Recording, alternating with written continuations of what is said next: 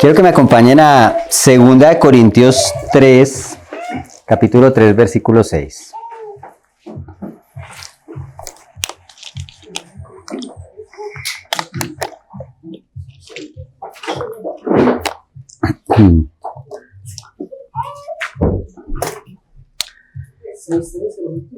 Tres, seis. 3:6. Dice la palabra del Señor, el cual, está hablando en el versículo anterior de Dios, el cual asimismo nos hizo ministros competentes de un nuevo pacto, no de la letra sino del Espíritu, porque la letra mata, mas el Espíritu vivifica. Nosotros vivimos en un sistema de gobierno democrático, donde aparentemente el pueblo es el que elige. Y digo aparentemente porque la experiencia nos confirma que no necesariamente el pueblo elige. Como dice un chiste, que ya la registraduría ya sabe cuál es el presidente, solo faltan las votaciones. Sin embargo, lo que garantiza un poquito la transparencia de estos sistemas democráticos es el sistema de pesos y contrapesos. Hay 3 poderes, que es el ejecutivo, el legislativo y el judicial. Y en la práctica humana y en la idealización humana, nosotros pensaríamos que esos 3 poderes deberían trabajar conjuntamente y en armonía para sacar las ideas adelante. Pero los sistemas democráticos más avanzados muestran que es lo contrario. Son divididos porque uno le hace contrapeso al otro y no permite que se levante un solo poder para gobernar. Están haciéndole control unos a los otros. ¿Por qué? Porque el ser humano intrínsecamente es corrupto. Somos corruptos y vamos a corrupción. Nosotros no somos buenos.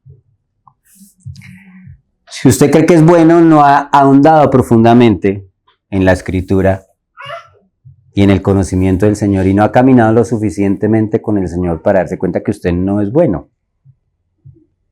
Por lo menos no bueno en lo que el Señor considera bueno. Todos tenemos cosas buenas porque somos hechos a imagen y semejanza de Dios. Y eso no es de desechar tampoco. Pero en lo que Dios considera bueno, nosotros estamos muy por debajo. Pero muy por debajo de la medida que Dios quiere. Por eso no es sano cuando los gobernantes quieren suprimir los demás poderes. Porque los demás poderes están para hacerle contrapeso a él, no para avalar lo que él diga. Y matemáticamente, ha pasado. Usted mire la historia. Cuando un gobernante está poniendo al pueblo contra las ramas del poder que se le oponen, estamos a puertas de una dictadura. Eso es matemático. 1 más 1 es 2. Es matemático. Siempre pasa. Porque los otros poderes están para oponerse al mandatario, para hacerle control. Y puede pasar en la izquierda, y puede pasar en la derecha, y puede pasar en el centro, y puede pasar en cualquier forma. Y hay hombres que han sido tan buenos gobernantes que han logrado sacar adelante sus naciones de situaciones muy complicadas, pero de un momento a otro se les sube el poder a la cabeza y quieren quedarse ahí. Y empiezan a suprimir las ramas del poder para quedarse ahí. ¿A qué voy con esto? El Señor estableció un sistema de gobierno en su iglesia que garantiza que esto no ocurra. Hay pesos y contrapesos. No hay una hegemonía en la iglesia. No hay un hombre que tenga la última palabra. El Señor estableció que unos a otros nos cuidamos y unos a otros nos pastoreamos. Y los hombres que enseñan, por más conocimiento que tengan, tienen que estar sujetos a la iglesia. Y también es muy peligroso cuando eso no pasa. Y pasa en muchos lugares. Que lo que dice el pastor, el líder, el anciano, es lo que es y nadie lo cuestiona. Y el que se atreve a cuestionarlo es tildado de rebelde. También hay un contrapeso en la doctrina y en la palabra del Señor. Nosotros sabemos que Dios es amor, y ciertamente Dios es amor. Y nos amó tanto que dio a su Hijo unigénito para que nosotros seamos salvos por Él. Imagínense usted dar un hijo. Hoy día las madres, las mamás saben, en general y por instinto, lo que es un hijo. Y la gran mayoría de madres estarían dispuestos a dar la vida por sus hijos. Y Dios entregó a su Hijo, por usted y por mí, por esta humanidad. Imagínese ese amor tan grande. Pero está la otra cara de la moneda y el contrapeso que dice que Dios es fuego consumidor. Dios es amor, pero también es fuego consumidor. No solo es amor. O más bien, no es el amor como nosotros vemos el amor, porque el juicio es parte del amor. Un padre que ama a un hijo lo corrige. Y si tiene que corregirlo fuerte, lo corrige fuerte. ¿Por qué? Porque sabe que si ese hijo sigue por el mal camino, ese hijo le va a ir mal en la vida. La justicia es parte del amor. Entonces quería hablar de esto de los pesos y contrapesos por este texto, porque nosotros tocamos un poquito este texto la vez pasada cuando hablamos del tabernáculo. Entonces, el texto dice en el 5:16.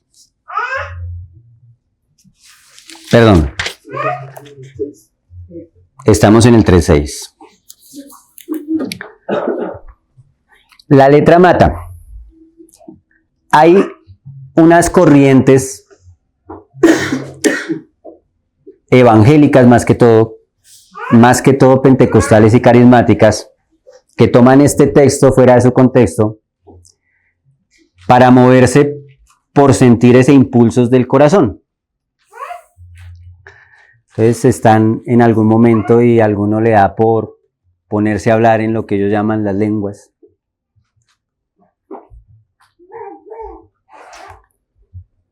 Y se forma un desorden.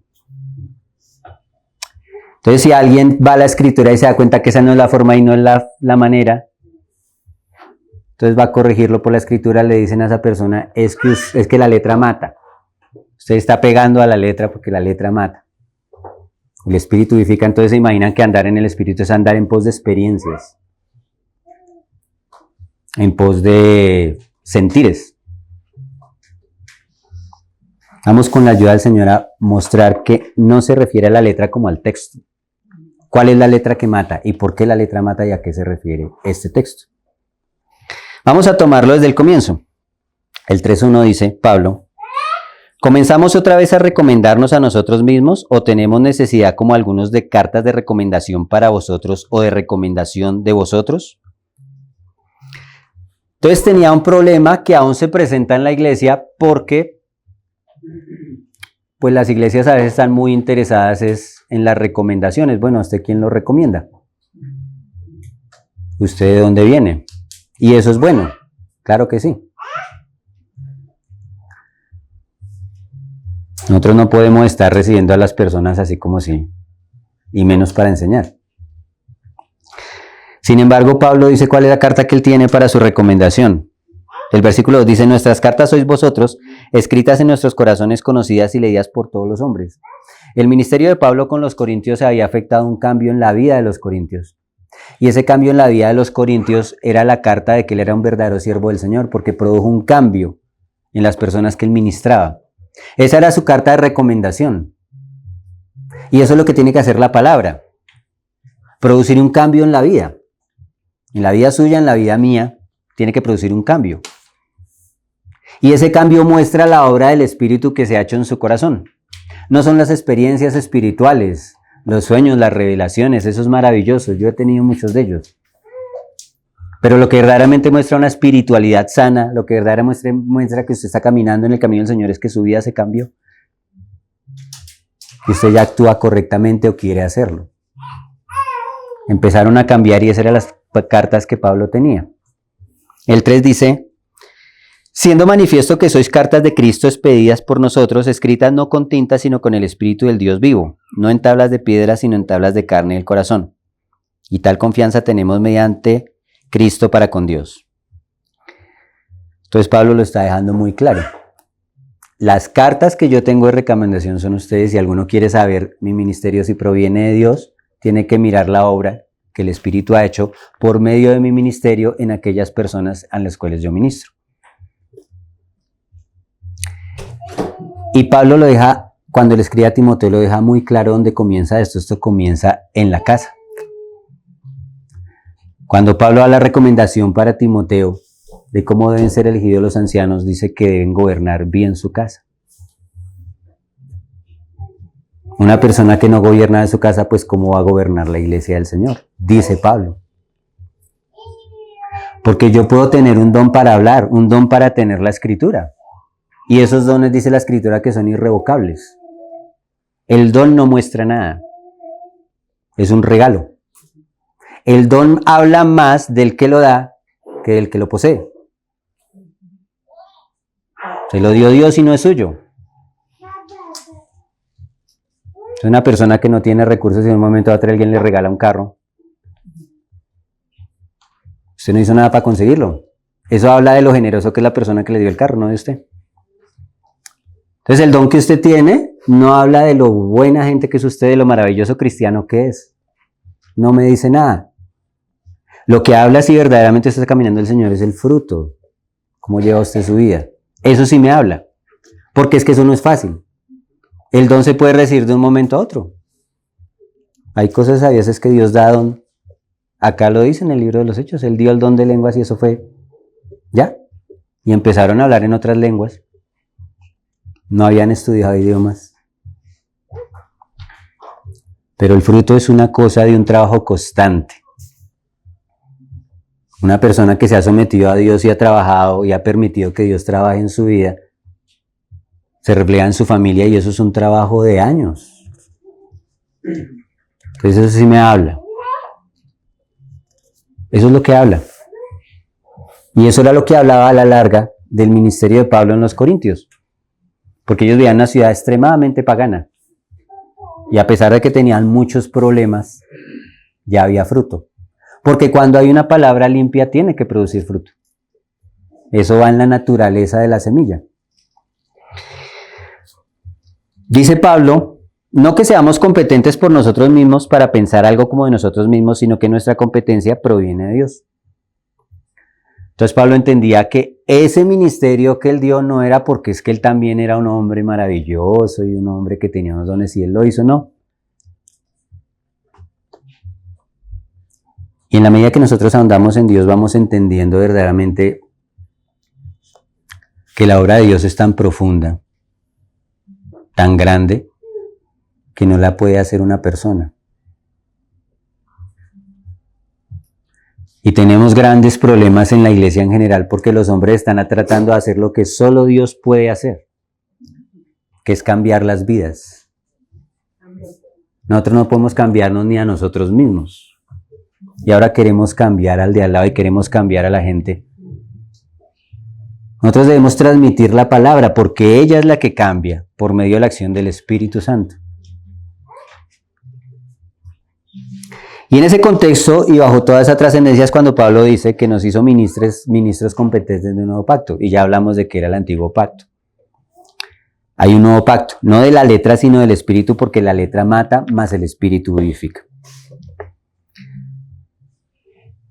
Entonces, si usted lo toma a la ligera ese versículo, pues va a decir, no, es que la Escritura está en un segundo plano. No puede estar en un segundo plano. De hecho, el ministerio del Espíritu lo pone en el centro. Quiero que vayamos a un texto en Gálatas 3:10.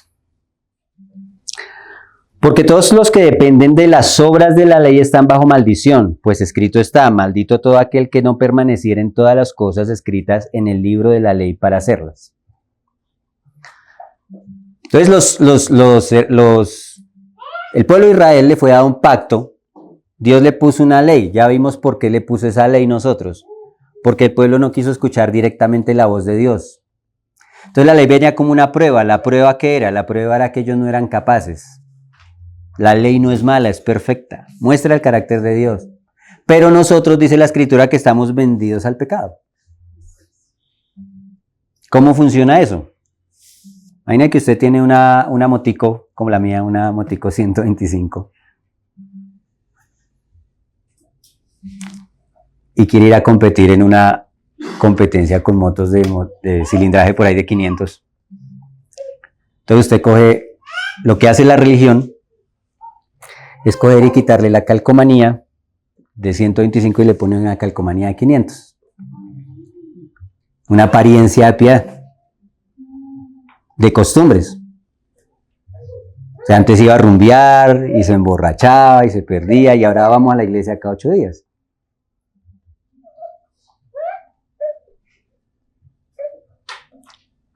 Pero la respuesta para eso es que tenemos que cambiar la moto. No me sirve la etiqueta, no importa que tengan la etiqueta de 125 si el motor es de 500. Entonces en este nuevo pacto ya no importa lo que se vea, sino lo que hay en el corazón, porque lo que Dios cambia es el corazón. Dios transforma el corazón y al cambiar el corazón empieza a cambiar los apetitos del corazón. Entonces el corazón ya desea lo que Dios desea y por naturaleza lo busca. Entonces Dios quiere cambiar la naturaleza. Cambiando la naturaleza va a cambiar lo que usted hace. Pero si usted pretende cambiar lo que usted con lo que usted hace, no se puede.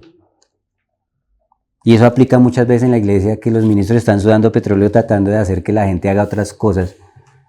Pero la palabra tiene que cambiar el corazón. Y a veces aplica a los padres con los hijos que quieren que los hijos sean cristianos y usted no puede hacer cristiano a su hijo, no puede. El único que puede convencerlo de pecado, justicia y juicio es el Espíritu Santo.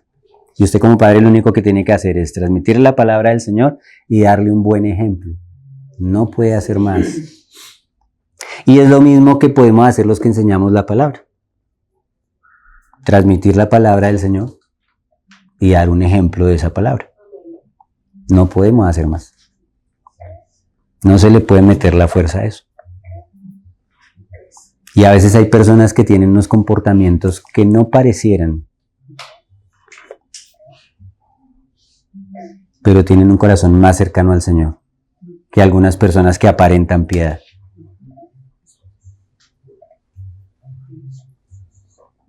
Entonces tenemos ese pacto donde los hombres tenían la ley delante de sus ojos y tenían que cumplir esa ley,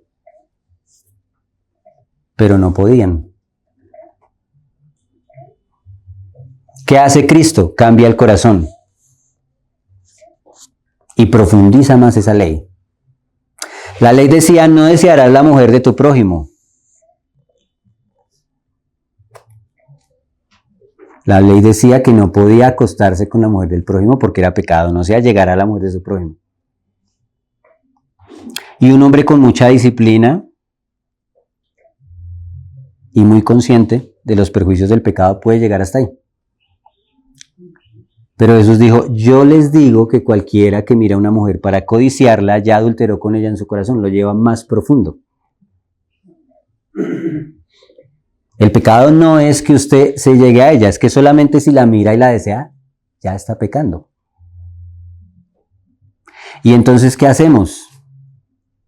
Entendemos nuestra necesidad, nuestra condición. Y si tenemos problemas en el ámbito sexual, sabemos que nosotros no podemos combatir contra el deseo del corazón. Podemos combatir contra los actos y debemos hacerlo. Pero lo único que puede cambiar el corazón para que usted no desee la mujer del prójimo es el Señor. Está escrito, no matarás. Pero el Señor lo lleva más profundo. Es que cualquiera que se enoje contra su hermano es digno de muerte. Y nosotros de pronto podemos retenernos porque hay veces que las personas nos sacan tanto la piedra que es que provocaría como... Pero el Señor cambia el corazón para que usted ame incluso a sus enemigos, dice la palabra. Y eso es un proceso y es un trato. Y es lo que el Señor quiere hacer. Entonces la palabra cobra un verdadero sentido. Ya no es la letra que mata, porque nos pone esta letra y nos muestra cuán insignificantes y cuán incompetentes somos. Porque somos incompetentes para hacer lo que Dios quiere. Pero Cristo nos da una esperanza. La esperanza es que en Él se puede y que Él lo puede y que Él lo va a hacer. Entonces pone la perspectiva y da verdadero valor a la palabra. Entonces una clara señal de que la persona está siendo guiada por el Espíritu es que ama la palabra de Dios. Y la palabra de Dios se va volviendo parte de su vida, como un hombre de los valientes de David que dice que estaba peleando y la espada se le pegó a su mano. Mató como a 300, creo. Y la espada se le pegó a su mano. Y cuando Dios hace la obra, verdaderamente es que la palabra empieza a ser parte de su vida. Y esta espada empieza a pegarse a sus acciones. Pero todo debe estar regido por la Escritura. No se puede salir de la Escritura porque Dios no se puede contradecir. Entonces, como nosotros no podemos conocer el corazón de los demás, solamente Dios lo conoce. Hay personas que pueden aparentar piedad y yo he visto gente por años que ha engañado a mucha gente. Pero resulta que en algún momento manifiesta lo que hay. Pasó con Judas. Cuando el Señor dice, uno de ustedes me va a traicionar, pues si hubiera sido claro que Judas era el traidor, pues todos hubieran dicho, tiene que ser Judas. Ellos no sabían quién era, dijeron, ¿seré yo?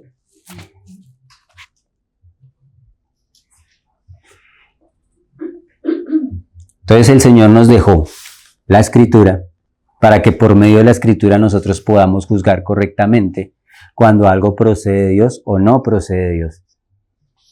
Por eso la regla máxima de fe es la Escritura. Y esa es básicamente y centralmente la diferencia entre la iglesia evangélica o protestante, llámela como la llame, y la iglesia católica.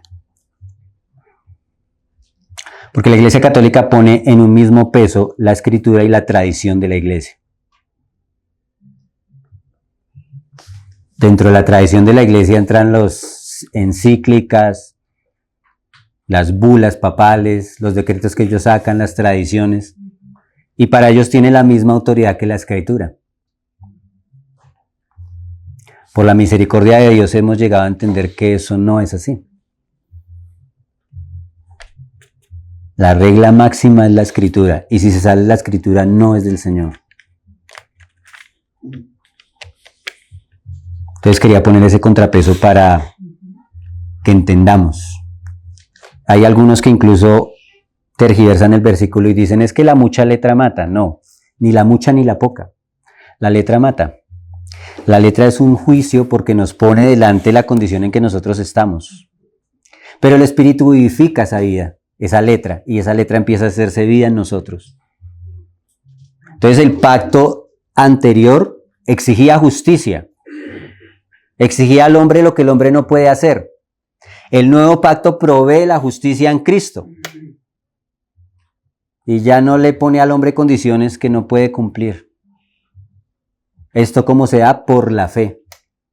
Usted cree en Jesús y cree que su obra es perfecta y que está culminada. Y usted cree que Él es poderoso para llevar a cabo lo que Él ha prometido en usted, que es la santificación y la glorificación. Y los otros que somos solamente colaboradores.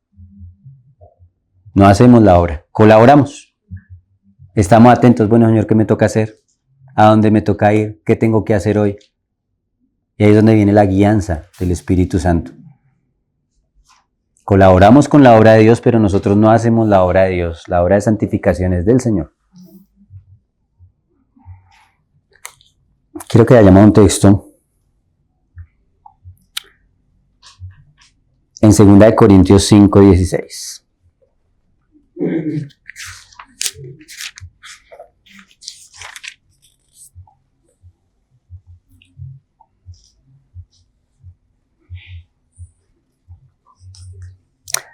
Dice, de manera que nosotros de aquí en adelante a nadie conocemos según la carne, y aun si a Cristo conocimos según la carne, ya no lo conocemos así. El 17 dice, de modo que si alguno está en Cristo, nueva criatura es, las cosas viejas pasaron, he aquí, todas son hechas nuevas.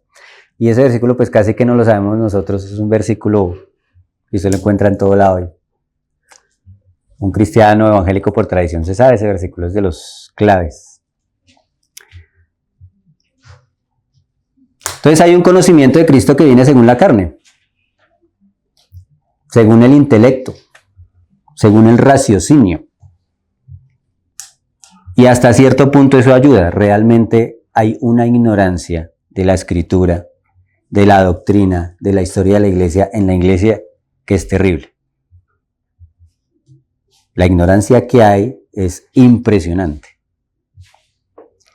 Entonces ese conocimiento es bueno, necesario.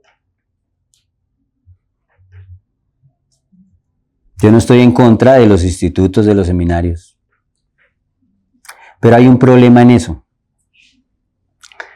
El problema es que eso forje la imagen de Cristo en la mente de tal manera que la persona no reconozca a Cristo porque tiene una imagen de Él. Hay una canción muy vieja, lo ilustro con este ejemplo de una canción muy vieja que la canta Juan Manuel Serrat. Hay un cover que hizo, creo que Diego Torres, se llama Penélope. Esa canción habla de una muchacha que está esperando a un amor que se le fue en la estación de tren y lo espera ahí por años y ya pues la canción manifiesta que ella como que ya se hizo vieja esperando al man, el man se fue, se despidió, ya nunca llegó. Pero pasaron los años y se apareció su amado. Entonces dice la canción que ella con los ojos llenos de ayer miró al hombre y dijo, no, no es usted al quien yo espero. Y siguió ahí esperando. Porque ella tenía una imagen de algo, del hombre que se fue hace 20 años, 30 años, y el que llegó ya era otro, porque han pasado 20, 30 años. Es el peligro que yo a veces con los seminarios y los institutos. Cuando la persona no busca una dirección y conocer al Señor personalmente, eso le forma una imagen de Cristo, y cuando Cristo aparece en su vida no lo reconoce. Fue lo que le pasó a los religiosos de la época de Jesús. En sus escuelas rabínicas tenían tal imagen de Jesús que cuando Jesús apareció no lo reconocieron porque ellos esperaban otro. Un grupo nacionalista que esperaba un Jesús que viniera a conquistar sobre los romanos y a liberarlos de ese yugo romano, y Jesucristo no era nada de eso. Entonces hay un peligro en que los hombres formen la imagen de Cristo en nuestras mentes. Tiene que ser por el Espíritu y tiene que ser por la Escritura. Pero no está mal estudiar, en ninguna manera. La Escritura dice que amarás al Señor con toda tu alma, con todo tu corazón y con toda tu mente. Incluye la mente. Usted tiene que poner todo su intelecto al servicio del Señor también, en sus capacidades y en lo que pueda entender. Porque basándose en este tropiezo que hay algunos hermanos o algunas congregaciones que también desechan el conocimiento y desechan el estudio de la Escritura, el estudio de la teología, el estudio de la historia de la iglesia. Y ese es otro extremo, otro peso para el otro lado. Debemos estudiar en la medida que podamos. Pero tenemos que andar con el Señor. Sí, Lucas 24, el versículo 13. En este contexto, para los que no saben, el Señor ya había muerto y había resucitado, pero no todos sus discípulos y sus seguidores lo habían visto. Entonces el 13 dice, y aquí 2 de ellos iban el mismo día a una aldea llamada Emaús que estaba a 60 estadios de Jerusalén.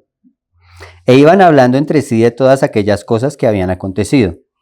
Sucedió que mientras hablaban y discutían entre sí, Jesús mismo se acercó y caminaba con ellos. Mas los ojos de ellos estaban velados para que no le conociesen. Nosotros no entendemos eso, pero cuando Jesús se apareció resucitado, la gente no lo conoció.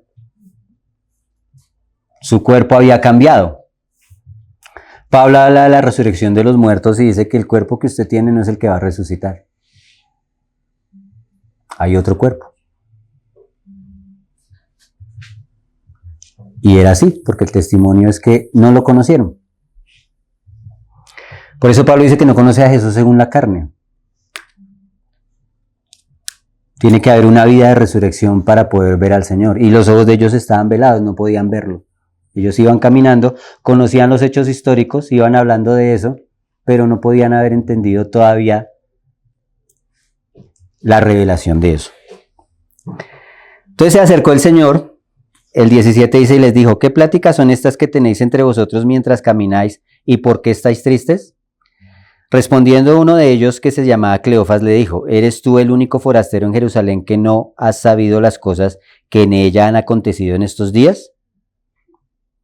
Entonces él les dijo, ¿qué cosas? Y ellos le dijeron, de Jesús Nazareno, que fue varón profeta, poderoso en obra y en palabra delante de Dios y de todo el pueblo. Y cómo le entregaron los principales sacerdotes y maestros gobernantes a sentencia de muerte y le crucificaron. Pero nosotros esperábamos que él era el que había de redimir a Israel. Y ahora, además de todo esto, hoy ya es el tercer día que esto ha acontecido. Aunque también nos han asombrado unas mujeres que de entre nosotros, las que antes del día fueron al sepulcro. Y como no hallaron su cuerpo, vinieron diciendo que también habían visto visión de ángeles, quienes dijeron que él vive. Y fueron algunos de los nuestros al sepulcro y hallaron así como las mujeres habían dicho, pero a él no le vieron. Entonces le están narrando los hechos a Jesús. Venga, le cuento. Y hay un montón de gente en la iglesia que conoce los hechos históricos.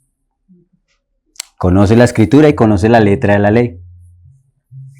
Pero muchas veces no puede reconocer al Señor que está al lado de ellos caminando, porque los ojos están vedados.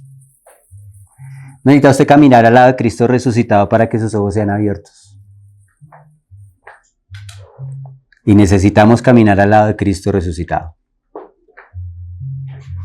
Y eso es una experiencia real. Jesucristo resucitó y Él vive.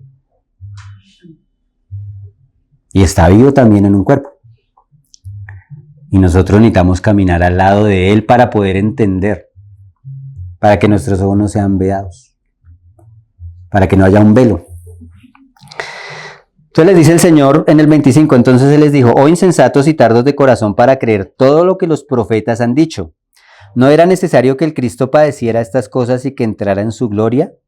Y comenzando desde Moisés y siguiendo por los profetas, les declaraba en todas las escrituras lo que de Él decían. Entonces Jesucristo estaba contenido en todas las escrituras. Y eso es un estudio muy bonito que podemos hacer algún día. Desde Moisés. Pero no desde Moisés, desde que Moisés nació. Es que Moisés escribió los primeros 5 libros de la escritura. Desde el Génesis está Jesús presente. Y el Señor fue trazando poco a poco y mostrando. Y lo que hablábamos y decíamos en una ocasión, la escritura se convierte en ese mapa que nos guía a Cristo. Y una vez en Cristo la escritura cobra vida. Y es lo que el religioso no puede entender. Coge la escritura para manipular a los demás. Y fue lo que hicieron los religiosos en la época del Señor. Y siguen haciendo.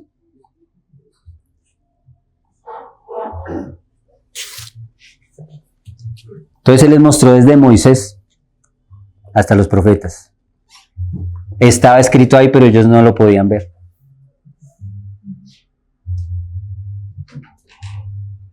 La letra es letra cuando usted no anda con el Señor, cuando usted no camina y cuando no es revelada por el Espíritu.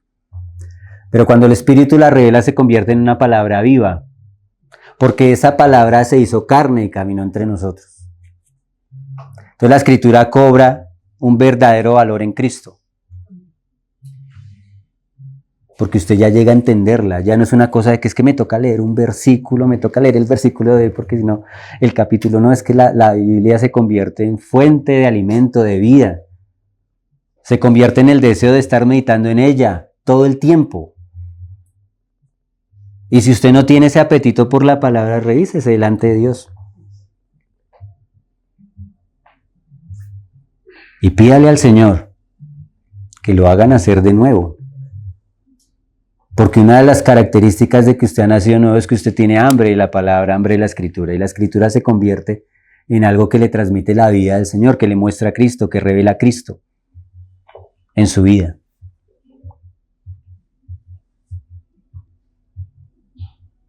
Desde Moisés hasta los profetas, hablo de Cristo. ¿Y qué permitió que ellos no vieran? La dureza del corazón. La insensatez y la dureza del corazón van ligadas.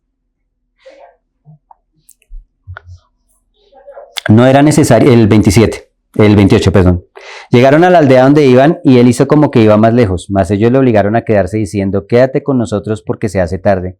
Y el día ya declinado. Entró pues a quedarse con ellos. Y aconteció que estando sentado con ellos a la mesa, tomó el pan y lo bendijo y lo partió y les dio.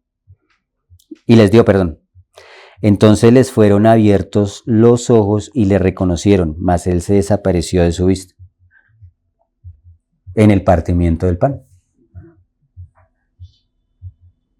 En la comunión con él. Y necesitamos tener comunión con el Señor para que sean abiertos nuestros ojos, porque lo que hacemos acá, si nosotros no lo entendemos, llega a ser solamente un símbolo. Es que estamos cenando el cuerpo del Señor, es que estamos siendo parte de su vida, que es su sangre. Entonces, cuando usted entiende eso por el Espíritu, llega a ser abiertos sus ojos para que reconozca al Señor, que está en la Escritura, y no se sale de la Escritura. Pero la Escritura es un libro que es revelado, no es un libro para ser enseñado intelectualmente. Y no está mal enseñarlo intelectualmente. Pero si no es revelado y no es abierto por el Espíritu Santo, no transforma el corazón y no transforma la vida. Tiene que ser abierto por el Espíritu Santo. Tiene que ser revelado. Dice el 32, y se decían uno al otro, ¿no ardía nuestro corazón en nosotros mientras nos hablaba en el camino y cuando nos abría las Escrituras? Y el Señor les abrió las Escrituras, porque las Escrituras tienen sellos, y el Señor quiere abrir esos sellos. Más adelante, en el 45, el Señor se apareció a todos sus apóstoles, a sus discípulos, a los que lo seguían, y les estuvo enseñando por 40 días cosas, algunas de las cuales cosas están plasmadas, otras no. Juan dice que todas las cosas que les enseñó no cabrían en el mundo los libros, todas las cosas que él hizo y que enseñó. El 45 dice, entonces les abrió el entendimiento para que comprendiesen las Escrituras. El entender la palabra es una acción del Espíritu Santo. Él abre la Escritura, porque la Escritura tiene un sello. Y no va al hombre carnal, por eso Pablo dice, no lo conocemos según la carne. Va al hombre espiritual porque es para alimentar al hombre espiritual. Entonces tiene que ser abierta, revelada por el Espíritu Santo, para que se vuelva alimento y se vuelva vida.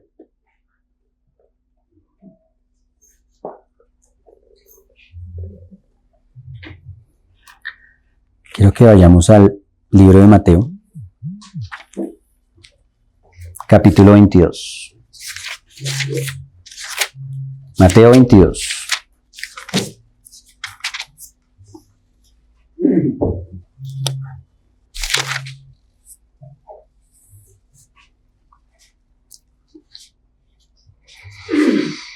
$22:37.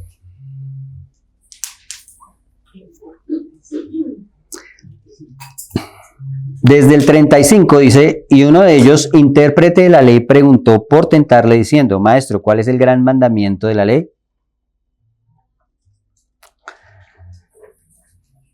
Y mire que generalmente la gente que quiere interpretar la ley no la comprende, porque la escritura no se interpreta según el intelecto, es revelada por el Espíritu. Amarás, el 37 dice, Jesús le dijo, amarás al Señor tu Dios con todo tu corazón y con toda tu alma y con toda tu mente. Volvemos a lo mismo. Nuestro corazón, nuestra alma y nuestra mente deben estar al servicio del Señor y deben ser renovados por la Escritura. Este es el primero y grande mandamiento, y eso lo dice la ley claramente.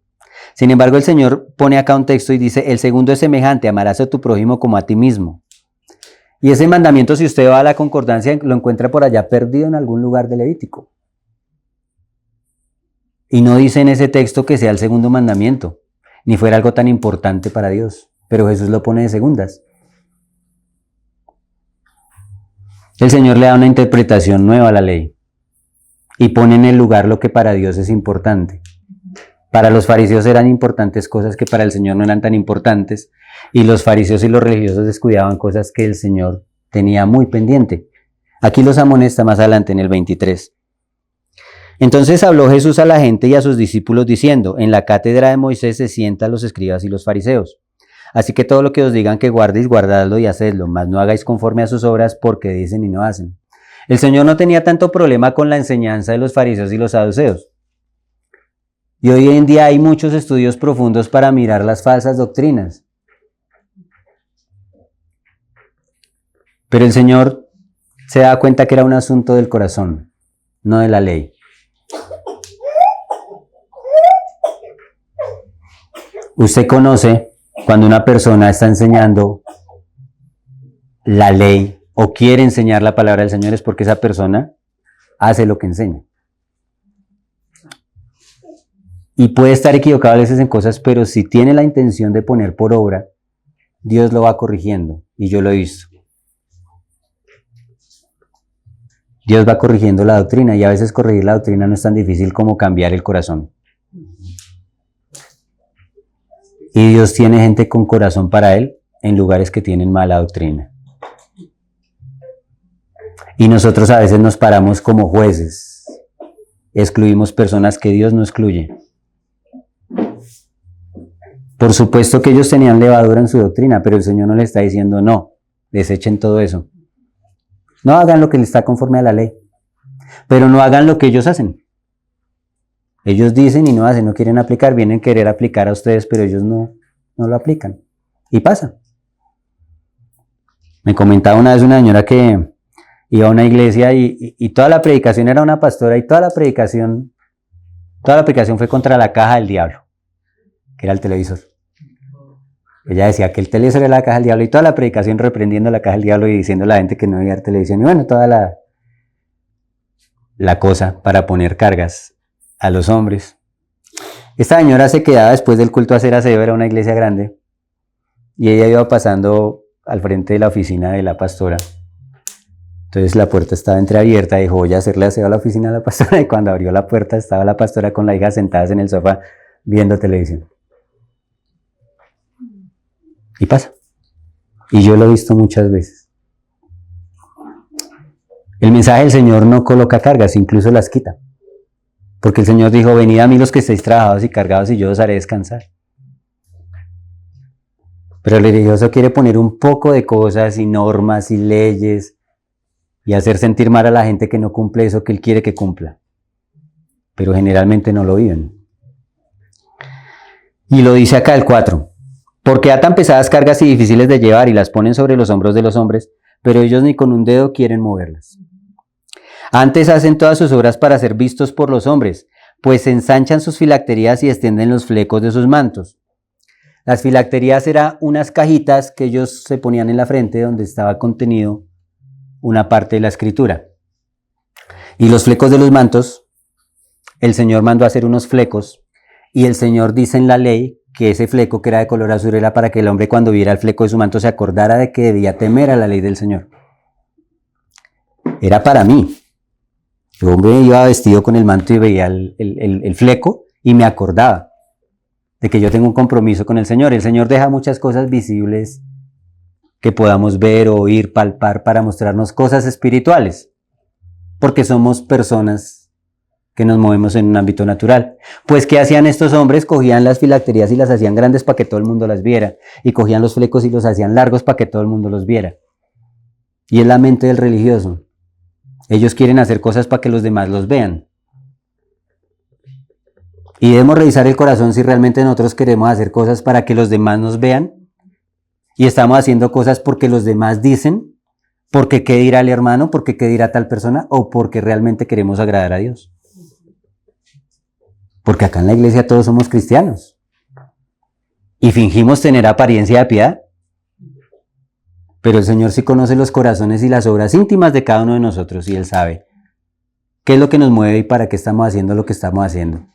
Y que si queremos aparentar algo o realmente somos lo que decimos ser. Y era lo que le pasaba a ellos y nos puede pasar a nosotros. Yo no me excluyo de eso. Yo he sido muy fariseo en muchas cosas. Queriendo mostrar algo que yo no soy.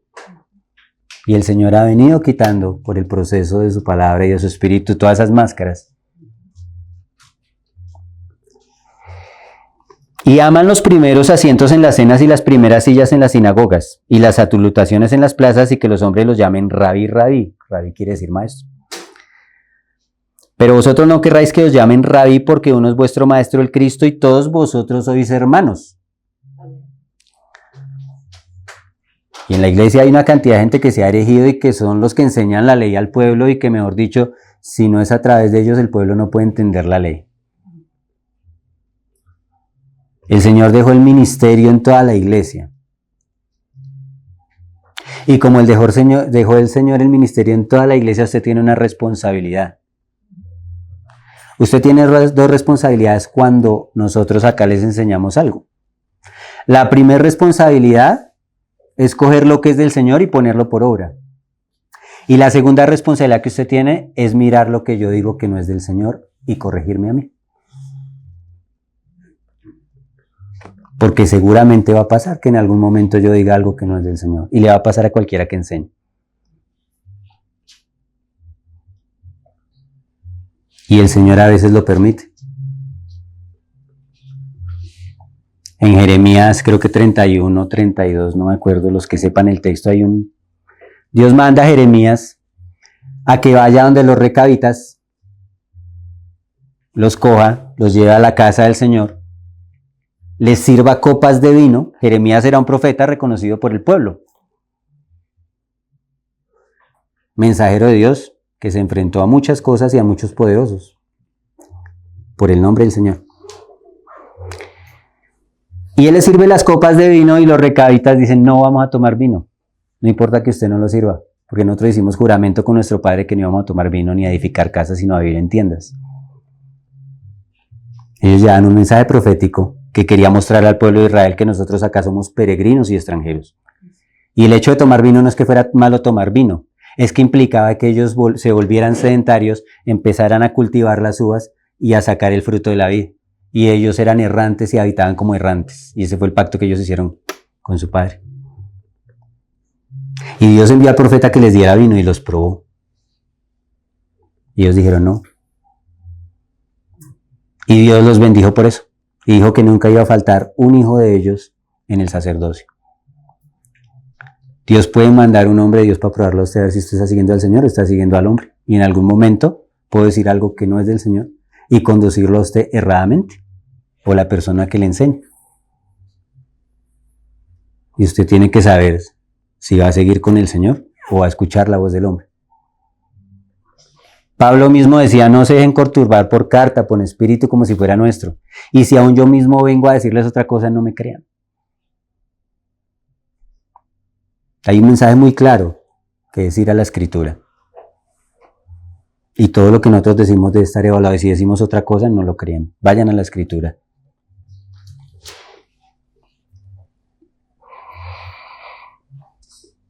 Aquí en esta parte, se me olvidó decir esto que me pareció muy importante. El 37 del 23 dice, del 22 dice, amarás al Señor tu Dios con todo tu corazón. Todos los mandamientos del Señor están en el hebreo escritos en un tiempo imperativo. El tiempo imperativo para el hebreo es algo que yo trato de hacer ahorita, pero que va a tener un pleno cumplimiento más adelante. Ahorita recibo como una orden para empezar a caminar sobre eso, pero vas a tener un cumplimiento más adelante. Y todos los mandamientos del Señor están en tiempo imperativo. Y eso a mí me dice algo. Por un lado se le dio al pueblo la orden de amar al Señor, pero eso es algo que el pueblo no podía hacer. porque eso no se puede hacer en la carne. Entonces, cuando lo pone en tiempo imperativo, quiere decir, este es el requisito, y usted debe tratar de vivir según esa norma, pero usted no va a poder. Eso va a tener su cumplimiento cuando venga el Hijo y muera, y el Espíritu Santo caiga en su corazón. Entonces usted va a amar al Señor con todo su corazón. Por eso está en un tiempo futuro, por decirlo así. Y los mandamientos están en un tiempo futuro. Porque el único que puede cumplir ese mandamiento en nosotros es el Espíritu Santo. Nosotros hablamos de eso la vez pasada. Lo primero que ellos dijeron cuando se comprometieron es que iban a obedecer al Señor en todo lo que les mandara. Y la primera cosa que el Señor les dijo es que no se hiciera ninguna imagen. Y fue lo primero que ellos hicieron. Porque esa es nuestra naturaleza. Nosotros no podemos hacer por naturaleza lo que a Dios le agrada. Tiene que venir el Espíritu Santo y cambiar el corazón para que hagamos por naturaleza lo que a Dios le agrada.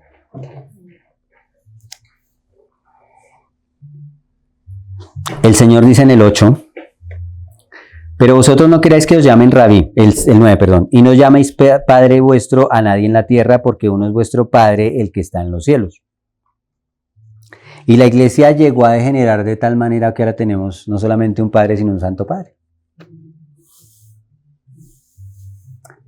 Y la iglesia evangélica no está muy distante de eso, porque tienen un poco de maestros y gente que consideran su Padre espiritual. Este es mi Padre espiritual. Que los padres de la iglesia. No. El único Padre es el que está en los cielos. Y todos nosotros, junto con todos los santos que han vivido en toda la época de la historia, somos hermanos. Y el único que puede mostrarnos y enseñarnos es el Cristo. No llame a nadie maestro.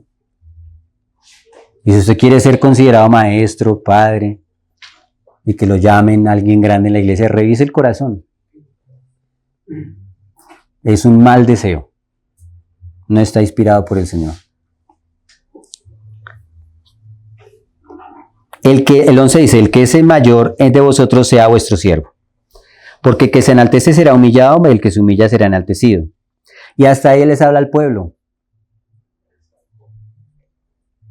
Los fariseos y los saduceos les están enseñando algo basado en la ley de Dios y se sentaron ahí.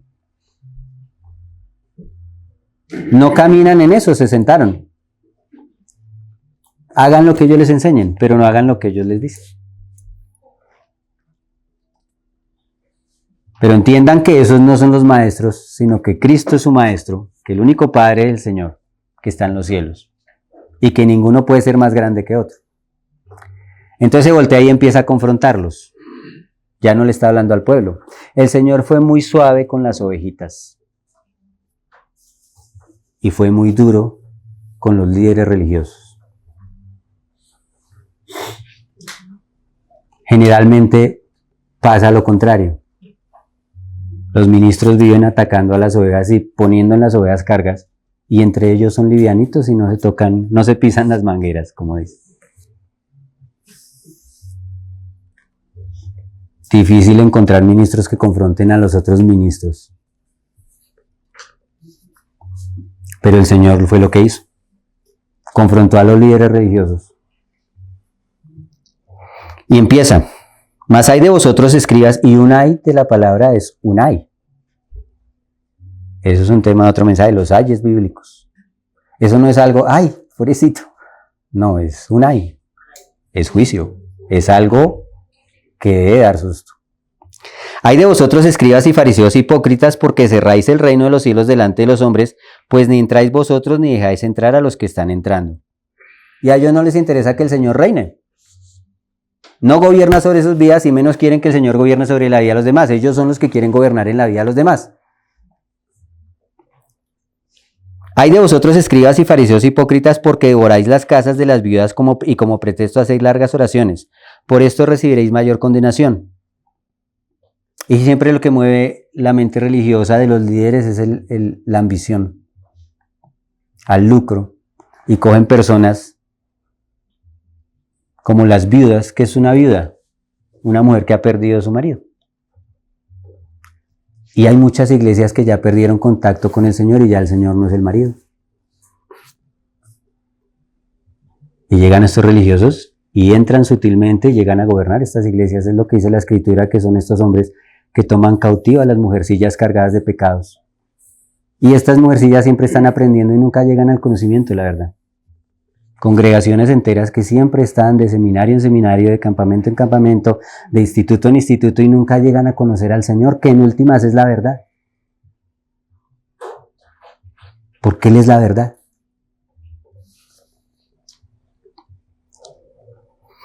Hay de vosotros, escribas y fariseos hipócritas, porque recorréis mar y tierra para ser un prosélito, y una vez hecho lo hacéis 2 veces más hijos del infierno que vosotros. Y una clara muestra de la religiosidad y los líderes religiosos es el proselitismo. Quieren jalar gente para que la gente los siga a ellos y no al Señor. El Señor no estaba interesado en hacer prosélitos. Cuando Él va a liberar al endemoniado gadareno, el endemoniado gadareno queda libre, era una legión.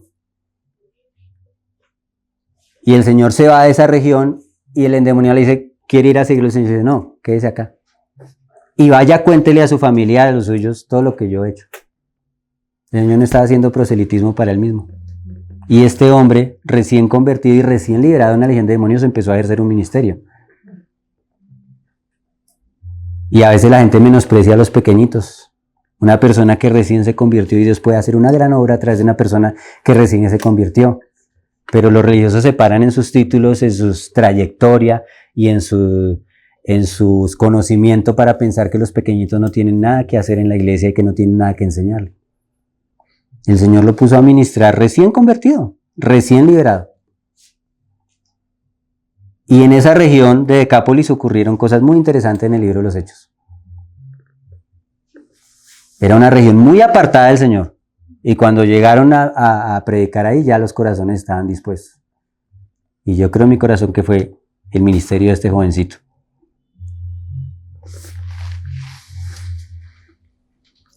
Dice, hay de vosotros guías ciegos que decís, si alguno jura por el templo no es nada, pero si alguno jura por el oro del templo es deudor. Insensatos y ciegos, porque ¿cuál es mayor, el oro o el templo que santifica el oro? También decís, si alguno jura por el altar no es nada, pero si alguno jura por la ofrenda que está sobre él, es deudor. Todos estos hombres generalmente le dan mucho énfasis al oro y a las ofrendas. Y no importa si la iglesia cumple un parámetro bíblico. Si el templo del Señor, que es la iglesia, está de acuerdo a lo que el Señor quiere, pero no puede tocar usted las ofrendas.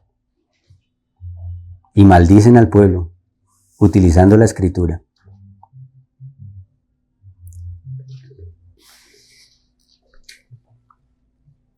Y el que jura, dice, y el que jura por el templo jura por todo, por él y por el que lo habita. Y el que jura por el cielo jura por el trono de Dios y por aquel que está sentado en él. Y el Señor nos aclara en otro lugar que no debemos hacer juramentos. Y realmente el sistema religioso le gusta que la gente haga juramentos y comprometer a la gente en cosas que Dios no la está comprometiendo y amarrar a la gente a juramentos y amarrar a la gente a promesas. Y es que usted tiene que comprometerse a venir a todas las reuniones de tal y comprometerse todos los días a orar 1 hora y comprometerse y son juramentos que ponen cargas. Está bien que usted tenga una disciplina, que usted asista a la reunión de oración, que usted vaya a la reunión, que usted se congregue con hermanos, pero eso no puede ser una carga. Hay muchas situaciones en que no se puede. Yo he estado en lugares en Colombia donde no hay una sola iglesia de buena doctrina y hay mucha gente que está sola siguiendo al Señor porque no encontró en un pueblo al lado de quien reunirse. Y están estos religiosos desde los púlpitos poniendo a la gente contra estos hombres que realmente están buscando al Señor y que prefirieron en muchos casos quedarse solos. Muchos de los profetas del Señor anduvieron solos porque era la rebelión del pueblo tan terrible que no podían tener comunión con la mayoría de profetas que profetizan en nombre del Señor cosas de su propio corazón. Elías mismo, cuando está huyendo, se encuentra solo allá y él cree que está solo. Porque los profetas no eran visibles. El Señor dijo, yo me he revelado unos 7,000, yo me he reservado unos 7,000 que no han doblado sus rodillas. Pero esos no eran visibles. Y generalmente los verdaderos profetas del Señor no son visibles.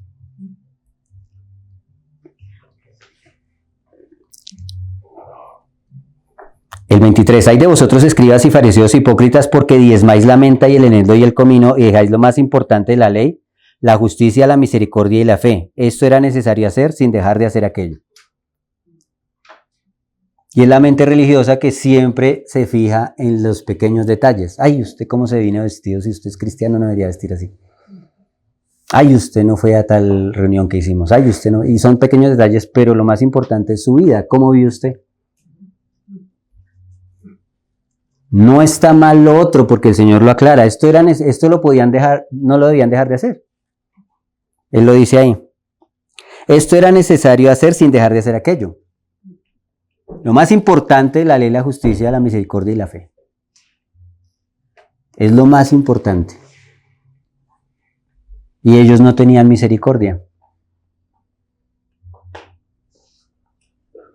Cuando el Señor Jesús multiplicó los panes y los peces, y le dio de comer con 5 panes y 2 peces a una multitud de 5,000 personas, estaban en un lugar desértico, fueron saciados, recogieron lo que sobró, que fueron 12 cestas llenas, no se perdió nada. La gente quiere hacerlo rey, el Señor huye, los discípulos se van, pasan el mar, porque estaban al otro lado del mar, el Señor atraviesa el mar caminando, llega a la región, a la siguiente región al otro lado del mar, y lo agarran estos religiosos, y lo primero que le dicen es, usted y sus discípulos, ¿por qué comen el pan sin lavarse las manos? Le había dado a comer a 5,000 hombres, sin contar mujeres y niños, con 5 panes y 2 peces. Y ellos no pudieron ver esa obra. Y tenían una cantidad de dogmas y ritos y vainas que le habían añadido a la palabra, y se fijaron que el Señor no se sometía a eso. Y se quedan ahí.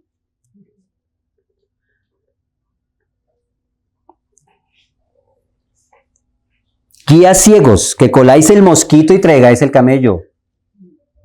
Y no pasan cosas pequeñas. Y se fijan en la gente, en cómo viste, en cómo se comporta, pero no miran cómo vive. Y no les importa, porque lo importante es la apariencia que usted tiene que dar en la congregación, en la iglesia, porque usted tiene que aparentar ser cristiano. Pero usted no tiene que aparentar nada, usted tiene que vivir para Cristo y eso se va a reflejar. Pero la mente religiosa le importa son las apariencias, lo que el hombre ve. Y se fija en pequeñas cosas, que son buenas, claro que sí, pero no es lo más importante. Y se tragan el camello y se tragan una cantidad de cosas y doctrinas erradas que desvían a la gente en cosas, pero están detenidos en pequeños detalles. Hay de vosotros, escribas y fariseos hipócritas, porque limpiáis lo de fuera del vaso y del plato, pero por dentro estáis llenos de robo e injusticia. Fariseo ciego, limpia primero lo de dentro del vaso y del plato, para que también lo de fuera sea limpio. Si usted pide que realmente el Señor transforme su corazón y su vida, sus acciones empiezan a cambiar. Pero hay gente que quiere cambiar sus acciones sin que el Señor le cambie el corazón. Y el religioso vive así. Aparenta piedad, pero en su corazón no es recto. Hay de vosotros, escribas y fariseos hipócritas, porque sois semejantes a sepulcros blanqueados, que por fuera la verdad se muestran hermosos, mas por dentro están llenos de huesos de muertos y de toda inmundicia. Así también vosotros por fuera la verdad os mostráis justos a los hombres, pero por dentro estáis llenos de hipocresía e iniquidad. Y es una palabra de amonestación fuerte. Dejemos las apariencias, hermano. Vivamos de verdad para el Señor. Porque eso toca a los fariseos allá, a mí no. Eso es para los fariseos y los hipócritas. Y le pasa lo de la profesora de escuela dominical que le estaba enseñando a los niños la lección del fariseo y el publicano, y el fariseo oraba consigo mismo y decía, gracias Señor, porque yo no soy como esos publicanos, yo doy el diezmo, yo oro 3 veces al día, yo hago esto, yo hago lo otro, yo soy muy justo. Y el publicano estaba ya sentado y decía, Señor, sé propicio a mí, pecador. Y dice el Señor que descendió justificado al publicano. Y termina la maestra de enseñar esa lección de escuela dominical a los niños y entonces dice, niños, vamos a darle gracias al Señor porque no somos como ese fariseo. ¿Sí? Pensamos que eso es para los fariseos. No, eso es para nosotros. Una vida de verdad para el Señor. Y eso no es de obras externas, eso es de corazón. Y cuando usted decide que el Señor transforme su corazón, las obras externas van a ir cambiando. Y es natural, no tiene usted que aparentar nada. Sea como es. Y si está teniendo luchas y cosas, todos estamos en esas luchas. Pero hay algo que el Señor aborrece y es la apariencia de piedad. Que usted quiera aparentar una cosa que no es. Que quiera ir a mostrar una cosa que usted no vive. Y peor aún que se la quiera imponer a otros. Hay de vosotros, escribas y fariseos hipócritas, porque edificáis los sepulcros de los profetas y adornáis los monumentos de los justos, y decís: si hubiésemos vivido en los días de nuestros padres, no hubiéramos sido sus cómplices en la sangre de los profetas. Así que dais testimonio contra vosotros mismos de que sois hijos de aquellos que mataron a los profetas. Y nosotros vemos cómo la iglesia institucional pues tiene una cantidad de santoral y rinde culto a un poco de santos que ellos consideran santos. Pero muchas de las historias de algunos de esos santos realmente fueron gente santa y que la misma institución religiosa terminó por matarlos y perseguirlos.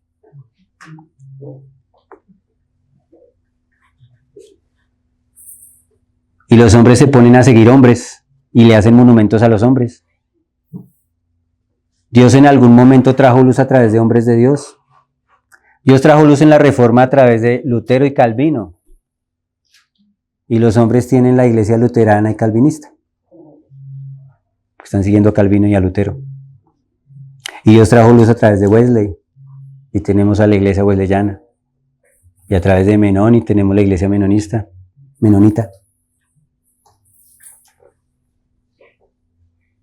Y en Pentecostés Dios trajo un despertar nuevo de los dones. Y tenemos la iglesia pentecostal y luego la carismática. Y así los hombres siguen haciendo monumentos a los hombres de Dios, a los movimientos de Dios.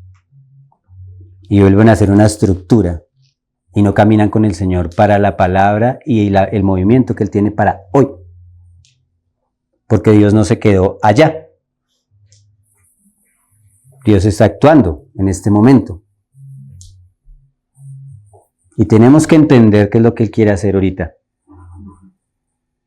Y eso se da solamente por andar con un Cristo resucitado. Que Él nos abra la Escritura.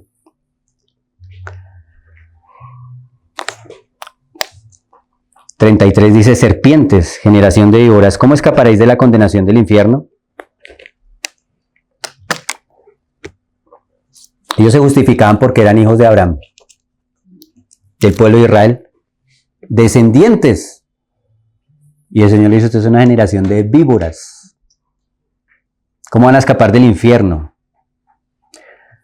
Nosotros no podemos justificarnos por pertenecer a un grupo. Porque es que yo me reúno cada 8 días. Porque es que yo soy evangélico. Yo soy lo que sea. La verdadera justicia viene de una vida para el Señor. Y se tiene que reflejar en cada acción, en cada pensamiento. Y Él nos ayuda a vivir esa vida de tal manera. Porque Él es suficiente, nosotros no. Él puede hacer lo que nosotros no podemos hacer. Y Él lo va a hacer, si creemos nosotros. Tenemos que estar prestos a colaborar con su obra en nuestras vidas. Y en la vida de nuestros hermanos, como decía el hermano Nicolás. Lavarnos los pies unos a otros. Esa es la obra que el Señor quiere que hagamos. Pero nosotros no estamos justificados. Porque es que yo ya no soy católico, ahora soy evangélico. Para Dios no le importa. Son títulos que nosotros ponemos. Pero el único nombre que debe estar sobre nuestros corazones y sobre nuestra mente es el nombre de Jesús, y el nombre es la naturaleza. Y si no hay una nueva creación, no importa lo que usted sea. No importa la iglesia que usted vaya.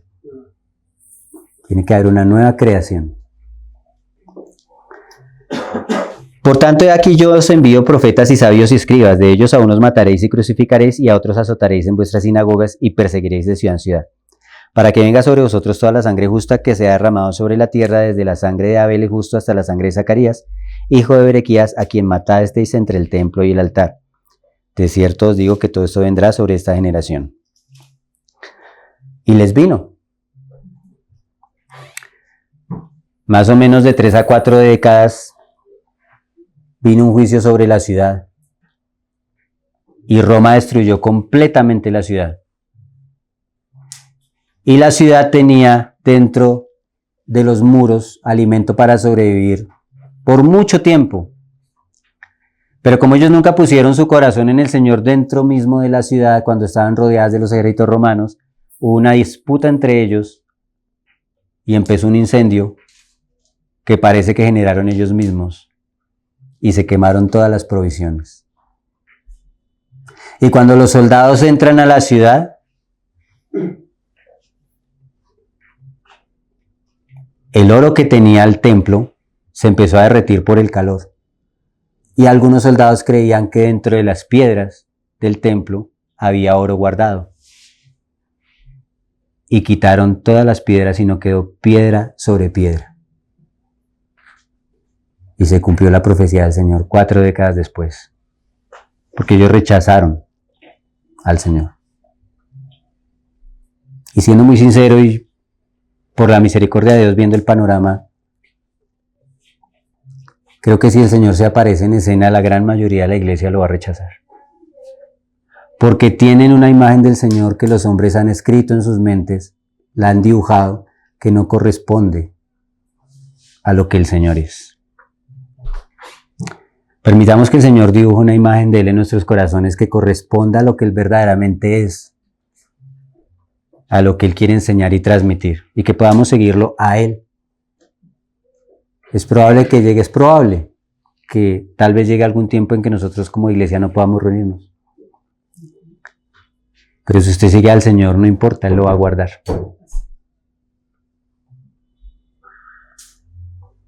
Todas estas reuniones son muy buenas y son muy edificantes, pero si el centro no es el Señor, no le van a dar sustento. El sustento que usted necesita.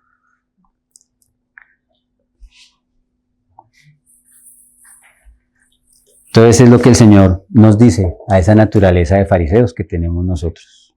Porque eso no es para otros. Que el Señor nos ayude a ser limpios de eso verdaderamente. Que Él transforme el corazón verdaderamente.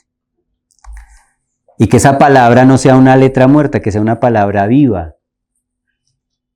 Que sea un disfrute para nuestra alma y nuestro corazón. Que sea alimento, que sea luz, que sea una guía.